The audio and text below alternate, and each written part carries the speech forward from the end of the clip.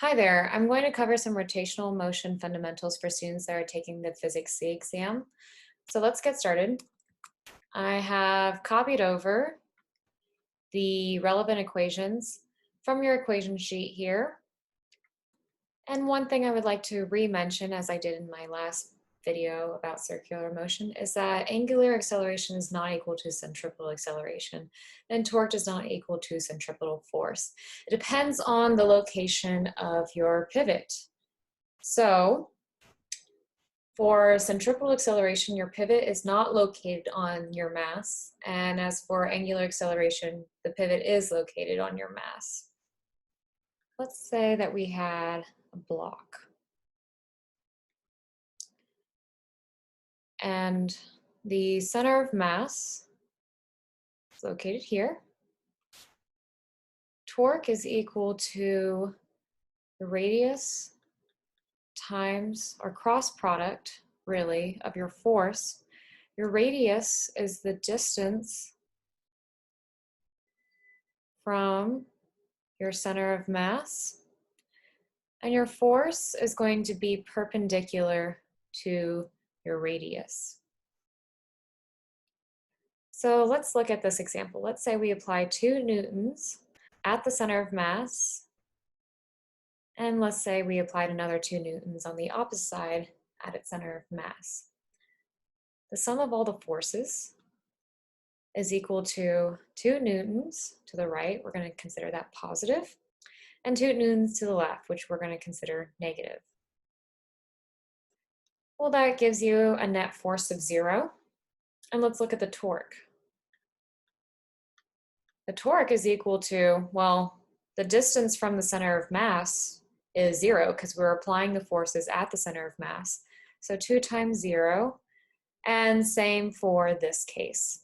And we're going to keep this connotation negative since the force is going to the left. 0. All right, so this block, and if you try this at home with a pencil, the sum of the forces is going to equal to 0, and your pencil is not going to rotate.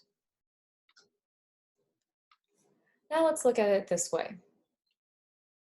We have 2 newtons going to the right and 2 newtons going to the left. And let's say that the entire height of this block is 2 meters. So that means it's going to be 1 meter going up and 1 meter going down. Sum of all the forces. Well, we have 2 newtons going to the right, 2 newtons going to the left. Well, that's going to equal to 0. Let's look at our torque. We have 2 newtons going to the right, and we have the radius. So the force that's being applied is perpendicular to its radius. So that's 1 meter.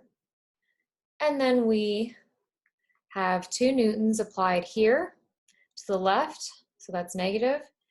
And because we are working in the opposite direction, it's going to be negative 1 meters. So that's going to give you a total of 4 Newton meters. And if you try this at home, you'll see that this block will rotate clockwise.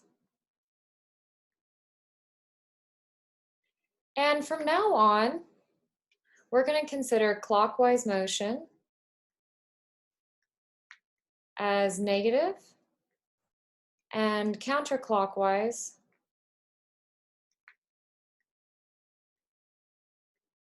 as positive. So technically this should be negative 4. Again, if directions are confusing for you, you don't need to keep to this convention. One can be positive and the other can be negative, or you can just consider both of them as positive magnitudes. However, whenever you do work with torque, you have to understand that these are opposing motions. More talk about that in the example I have here. Let's say that you have this example here, where we have a beam and a fulcrum, and we have block 1 and block 2. Let's say that we know the mass of block 1, let's say 4 kilograms. Let's say that this block is positioned 0.2 meters to the left of the fulcrum, and this block is positioned 0.6 meters from the fulcrum. What if you were given the question, what should block 2's weight,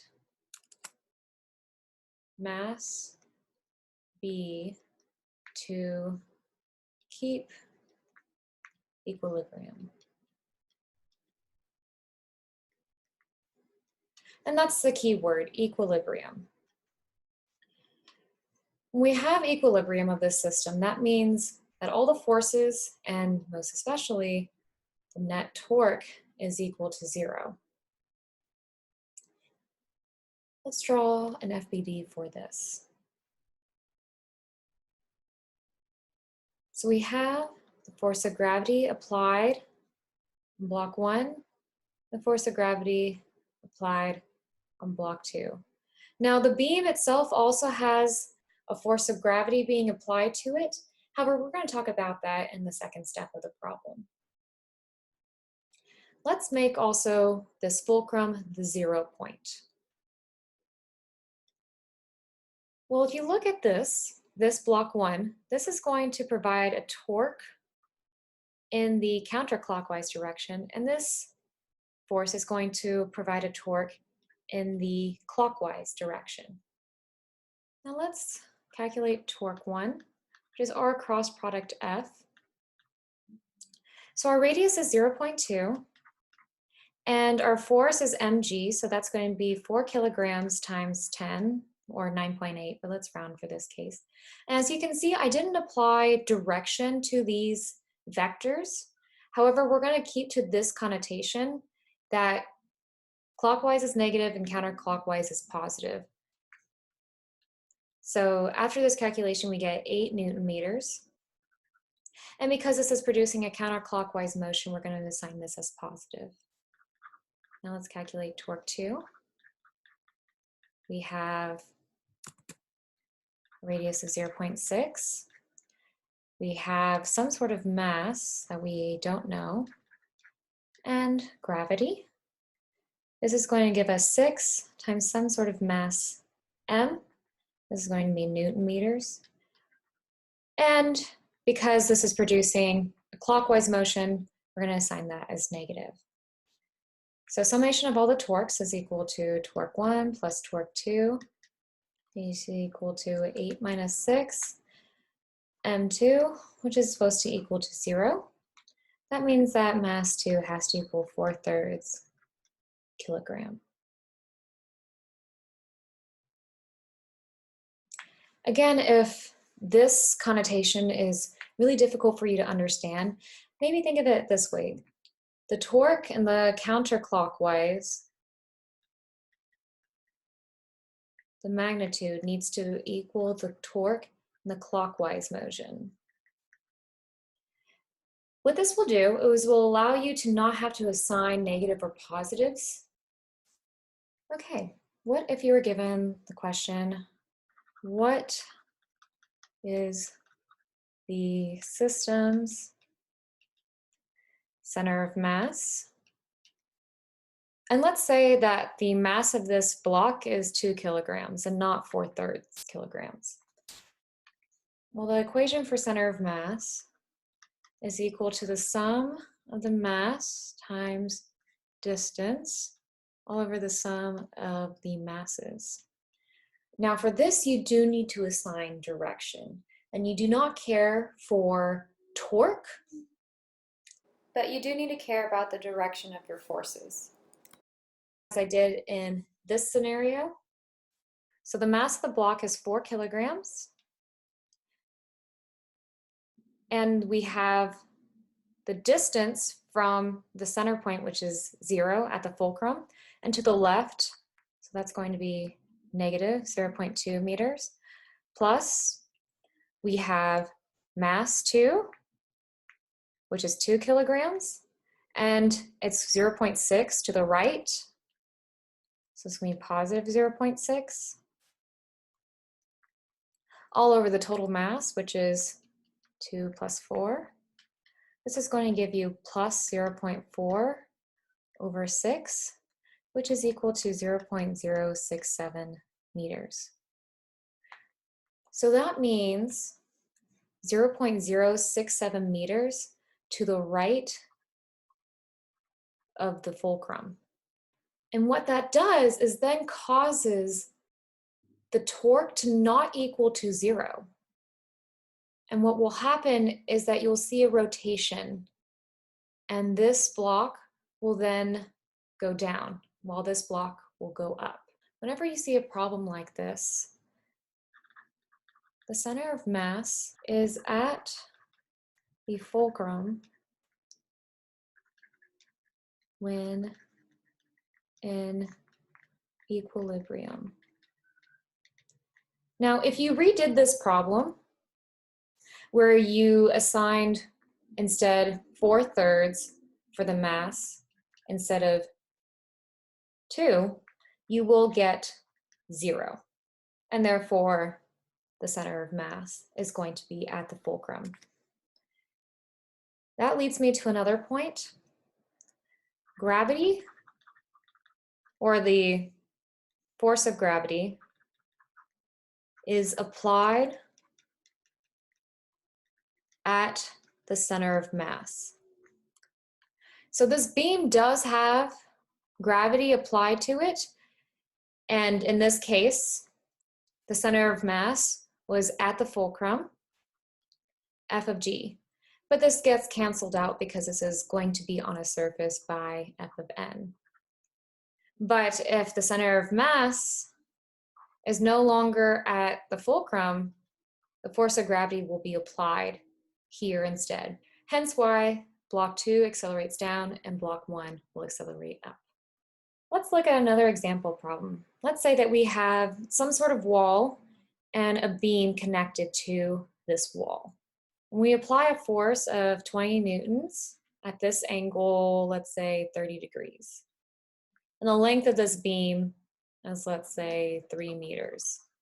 So what is the net torque acting about this pivot? So let's look at this. The first thing you should do is always split up your vectors. So you have F,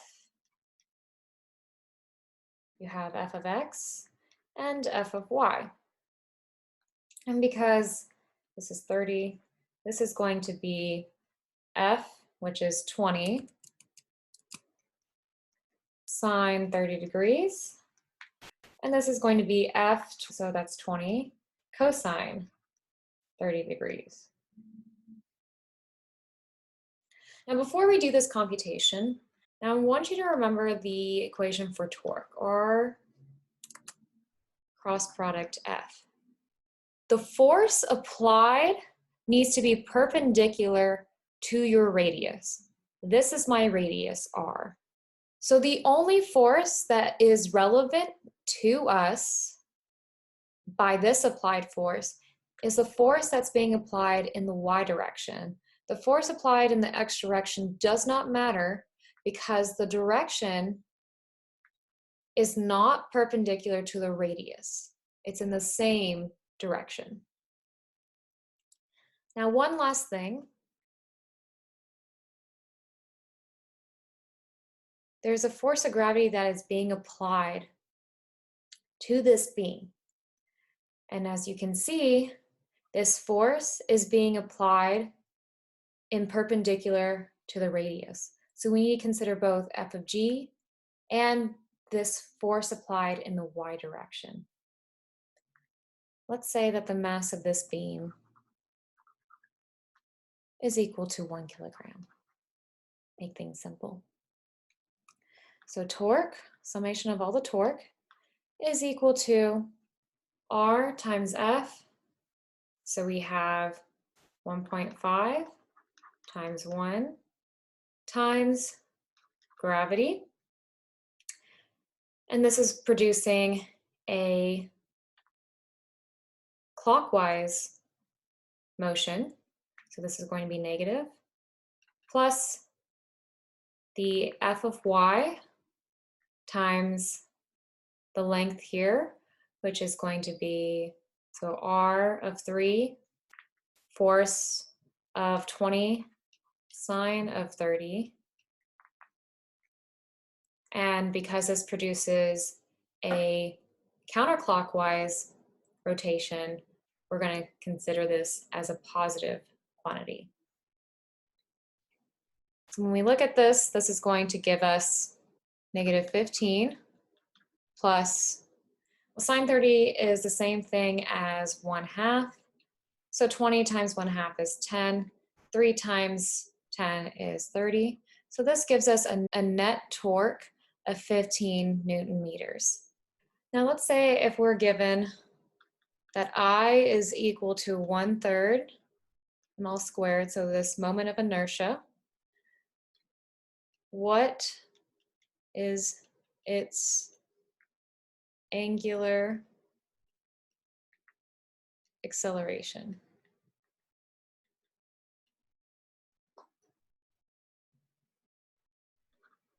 Angular acceleration is equal to the net torque all over moment of inertia. That's going to be 15 over 1/3 ml squared, which is equal to 15 over 1/3, 1 kilogram, and a length of 3 squared. This is going to give us 5 radians per second squared. Now let's assume that we have the exact same problem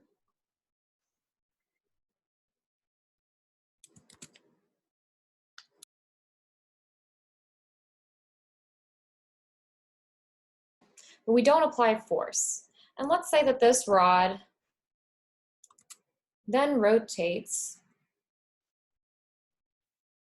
all the way downwards as so. Question that might be asked is, what is the angular speed of which the rod when it reaches the bottom of its swing?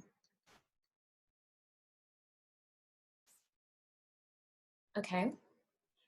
One thing I want to make a huge point is that we are looking at the force of gravity, which is acting on its center of mass, which is halfway in between this rod. So the distance from the pivot point to the force that's being applied by gravity is 1.5 meters. And when we swing this rod to its lowest point, we are going to be looking at the change of distance from its center of mass. The best way to solve this type of problem is the conservation of energy. So we have change of u is equal to negative kinetic energy, or very simply, the absolute value. So the change of u is equal to mg delta h. We have a mass of 1, gravity being applied is 10, and the height that's being changed, if we look at it from the center of mass, is only going to be 1.5. And because it's going down, I'm going to negate it. So we have negative 45 joules. So our kinetic energy is equal to negative u, which is equal to positive 45 joules. Again, if this really bothers you, having a negative sign for potential energy, that's fine. Just remember that kinetic energy has to be positive. So we have this is equal to 1/2. We look at our equation sheet. 1/2 moment of inertia, w squared. So our angular speed is equal to root 2 delta k all over moment of inertia. This is going to equal to root 2 times 45 joules all over 1/3 mass times length squared. So this is going to give us 5.48 radians per second. All right, so this is going to segue into talking about moment of inertia. So we have this equation that moment of inertia is equal to the integral of r squared dm, which is equal to the summation of mr squared. Now, there are some very common moment of inertia problems that they use for the Physics C exam. If you have troubles with deriving these, I would highly recommend that you have these memorized. And if you don't have problems with deriving them, I would have them memorized anyways, because if asked on the multiple choice, you don't want to spend time doing derivations for the moment of inertia for a rod when you can just have it memorized. I'm not going to talk about how I derive these expressions until the next video. A very common example that you might see for both multiple choice and free response, or a small portion of the free response, is if, let's say that you were given a rod, and we do have the pivot point located at the end, so very similar to the problem that we have here. Let's say that you have this beam with a mass m, and let's say that you have another mass located at its end with also the same mass. And this is with some length of r. And if you were asked, what is the moment of inertia about the pivot point P? So your moment of inertia is going to be the sum of mr squared. So that's going to be the rod, the moment of inertia of your rod, plus the moment of inertia of your mass that's located at its end. Well, we already have this memorized, so conveniently. So this is equal to 1/3 mr squared. And then this mass, because it's located at a distance r and has a mass of m, is equal to mr squared. So this is going to give you 4/3 mr squared.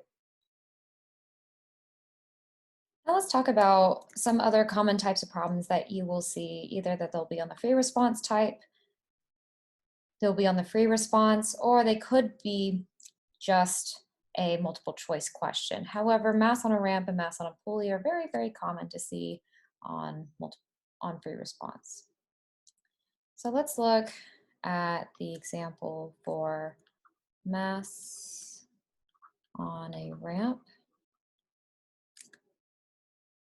Let's say that this is a 2-kilogram ball. This is a height of 20 meters. And it is rotating without slipping along this surface. When you look at kinetic energy, you should always consider that kinetic energy is equal to 1/2 mv squared plus 1/2 iw squared. Now, the reason why we have not considered this portion in previous problems in kinematics is because this was usually set to 0, because the change in angular position was 0.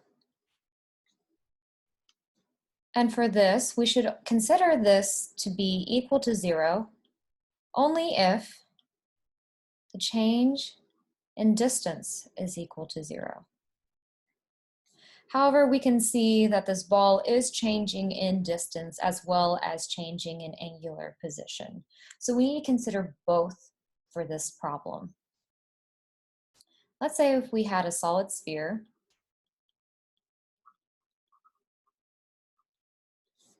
and it has a radius of 5 meters, and it rolls down the hill without slipping.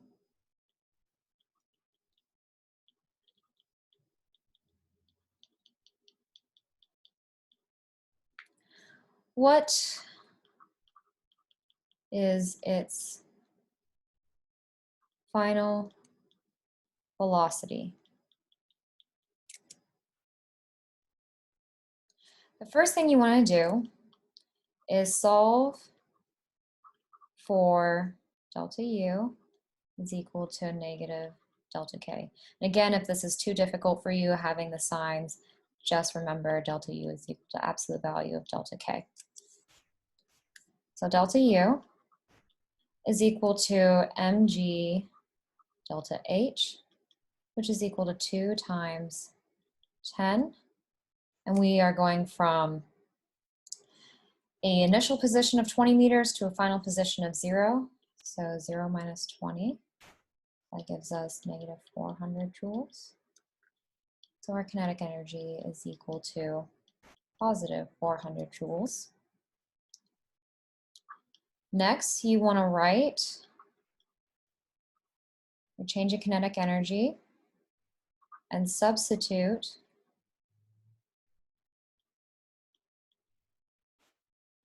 W is equal to V over R. And then we're going to simplify. This is going to equal to 1/2 moment of inertia, W squared, plus 1/2 mv squared. And our moment of inertia for a solid sphere, as we look back at our table, is equal to 2/5 mr squared. I'm going to go ahead and substitute these variables. So 1/2 times 2/5 mr squared. W squared will now be V squared over R plus 1/2 mv squared. Well, very simply, you can see that the R squares are going to cancel out. These 2's are going to cancel out.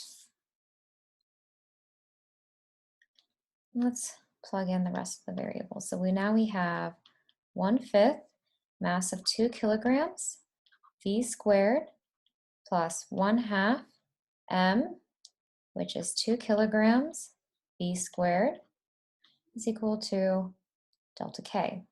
So that's going to simplify even further to 7/5 V squared. Lastly, now we're going to solve for velocity. So we have delta K is equal to 400 joules, which is now also equal to 7/5 V squared. That means that our V is going to equal to 16.9 meters per second. And if you were asked, what is the rotational velocity? All you have to do is use this equation. So 16.9 divided by 5 will give you 3.38 radians per second. Now, there are a few things I want to cover before I move on, is the force of friction concept when it comes to rotational motion. Force of friction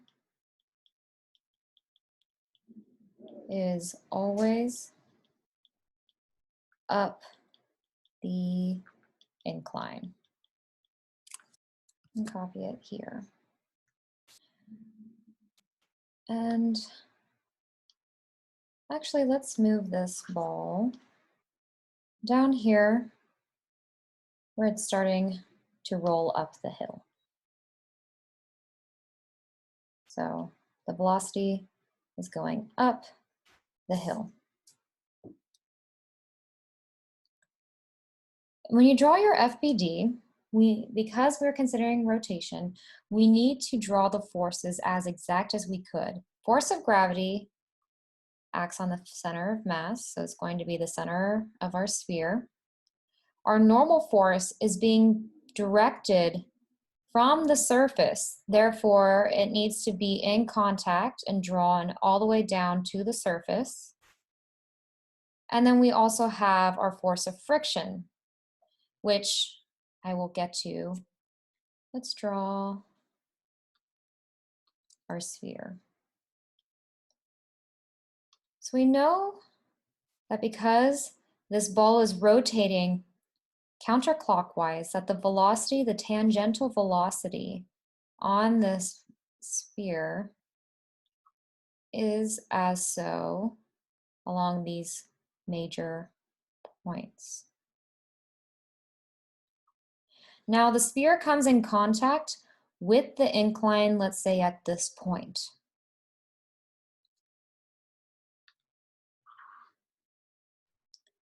We know that eventually that the sphere will reach its apex and no longer have any rotation. So that means that all of these velocities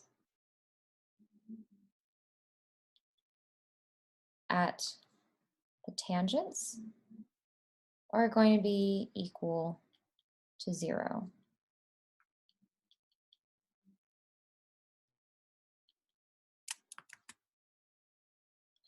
Okay, that being said, what do we know about acceleration and velocity?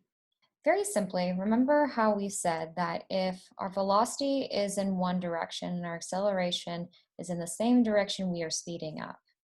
And if acceleration is in the opposite direction, that means we are slowing down. Well, that's the case that we have here. We have velocity at this tangent point, which comes in contact with the surface, is going to the direction to the right. That means for this object to slow down, force of friction needs to oppose that motion.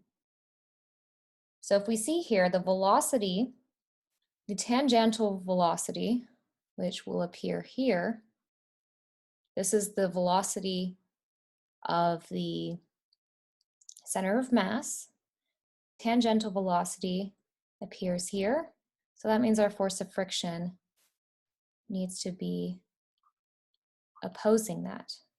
Because this force of friction is acting in the opposite direction of your velocity, what will happen is that your velocity will then slow down and eventually reach 0. And therefore, at the top of its apex, we'll have an angular velocity of also equal to 0. When the ball starts rolling down the incline with some sort of angular motion, we'll see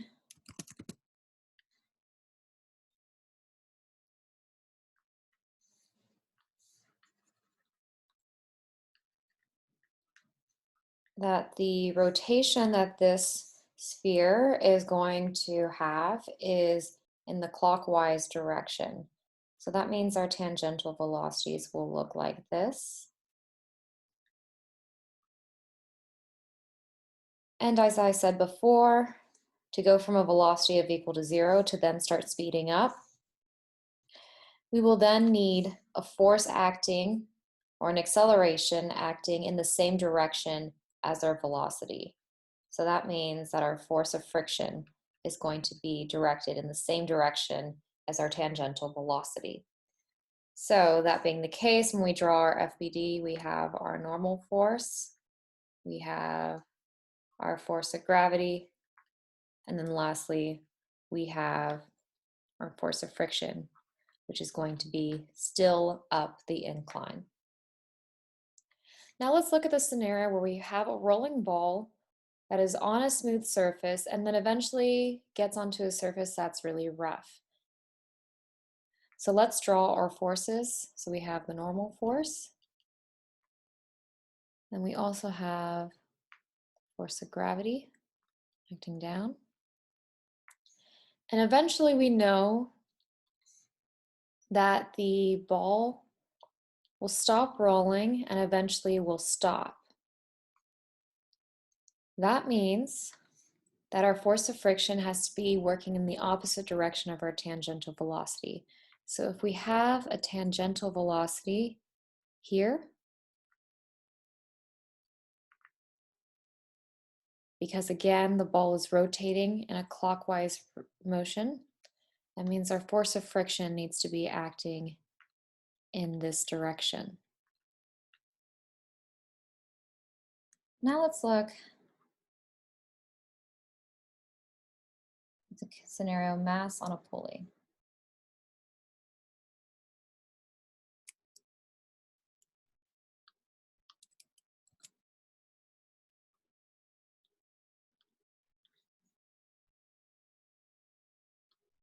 So this is most likely the case where this is a disk with some sort of mass, let's say 16 kilograms. Now, previously in kinematics problems, we neglected the mass of the pulley. Usually in rotational problems, we don't neglect the mass, hence why it rotates. Let's say that this radius is equal to 0.4 meters. So a question that could be asked is, what is the acceleration of the 2 kilogram block? First thing you want to do is draw your free body diagram. So you have force of gravity acting on this mass. You have the force of tension acting, pulling up on this mass. You have the force of tension being applied to the pulley. Now there is a force of gravity being applied on the pulley because it has mass. But if you remember the torque equation, torque is equal R cross product F. Our R in this case for the force of gravity is equal to 0. So I'm just going to go ahead and erase that vector. Because these are equal in magnitude and opposite in direction, we can see that these sums, these forces are going to cancel.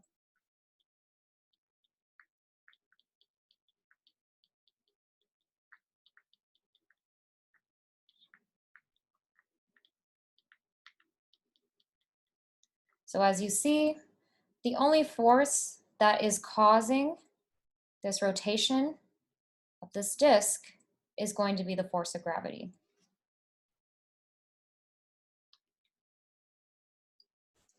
So let's look. Torque is equal to R cross product F.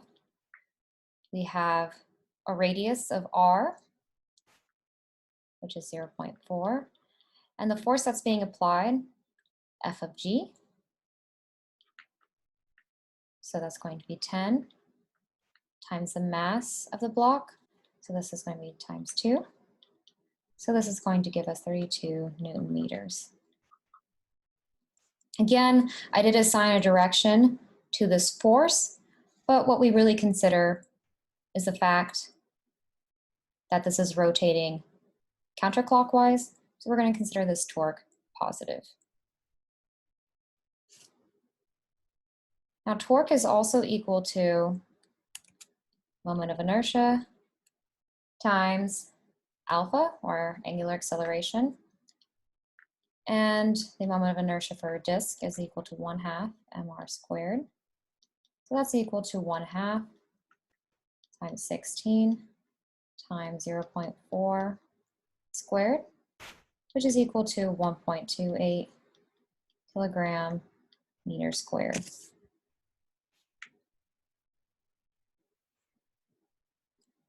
So therefore our acceleration, we rewrite this as torque over moment of inertia, is equal to 32 Newton meters over this 1.28 kilogram meters squared, which is going to equal to 25 radians per second squared. And to go from angular acceleration to acceleration, we have acceleration is equal to alpha r. So that's going to be 25 times our radius, which is 0.4. So that's going to give us 10 meters per second squared. And lastly, we're going to look at the two-wheel problem. Now, I've seen cases where we have a string that is attached to both of these wheels. I've also seen wheels that are rotating about some sort of connected axis. Either way, to solve these problems is the exact same.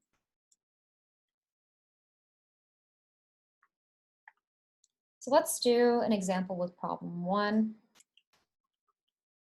If W2, the angular velocity of wheel 2 is equal to 6 radians per second, what is the angular velocity of wheel 1, given that the mass of wheel 1 is 2 kilograms, the mass of wheel 2 is equal to 3 kilograms.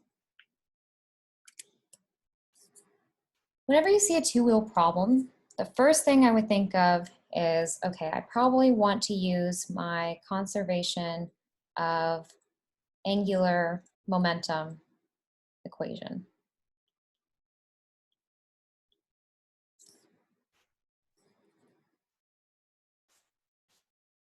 And we have that these are disks. So the moment of inertia for a disk is equal to 1/2 mr squared. So I1 is equal to 1/2 times 2 times 1 squared, which is equal to 2 kilogram meter squared. Moment inertia for wheel 2 is equal to 1/2 3 times 4 squared, which is equal to 24 kilogram meter squared.